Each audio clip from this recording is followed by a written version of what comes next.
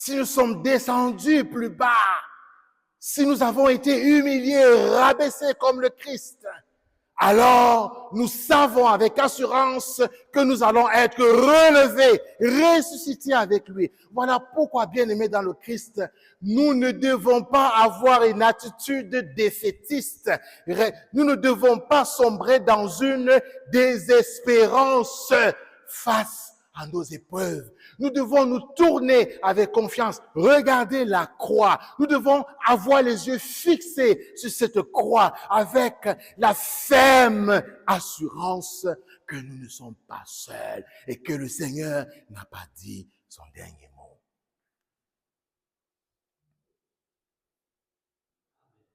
Voyez-vous, bien-aimés dans le Seigneur,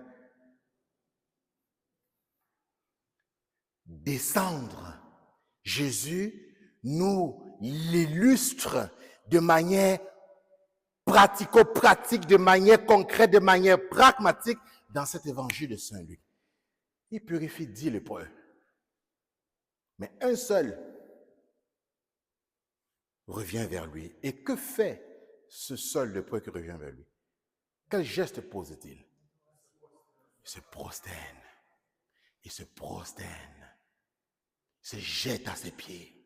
Il adore, il remercie, il rend grâce. Ouh, que nous sommes ingrats! Que nous sommes ingrats! Quand quelqu'un prend rendez-vous dans mon bureau, demande à me rencontrer, j'accueille la personne. Bonjour, voulez-vous un café? Voulez-vous un thé? Un jus? De l'eau? Mon père, ça ne va pas. La souffrance. Les enfants ont fait ci. Mon mari est monté. Mes petits-enfants ne croient plus. Oh, les problèmes. Oh, non, non, non. La litanie, là, la grande litanie, là. J'écoute.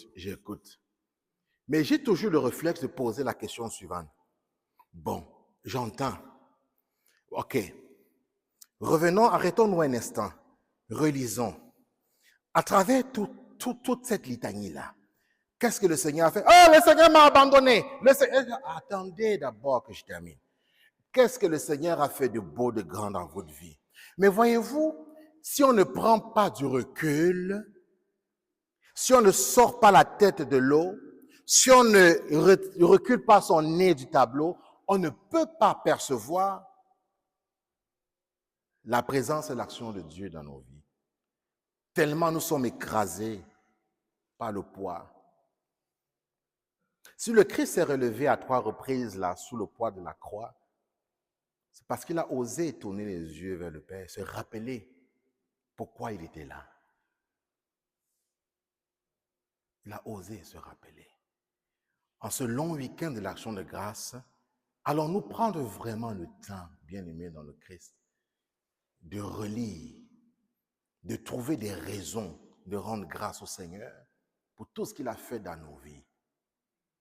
C'est ça aussi descendre. C'est également ça descendre, se rabaisser, s'arrêter pour adorer, reconnaître la fidélité, la présence, l'action agissante, fortifiante, vivifiante du Seigneur dans nos vies.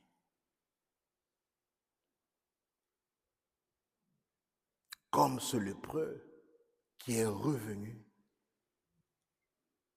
il a pris conscience de sa guérison. Il est revenu rendre grâce.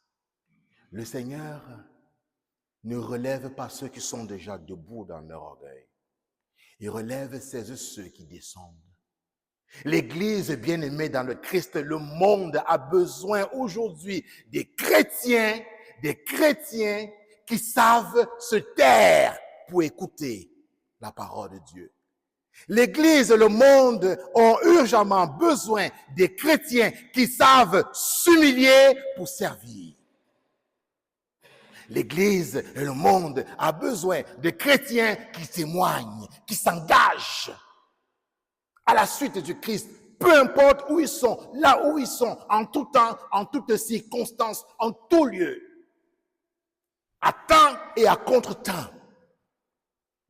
L'Église et le monde ont besoin de chrétiens et de chrétiennes qui sachent faire preuve de miséricorde pour relever le monde, pour que le Seigneur puisse briller.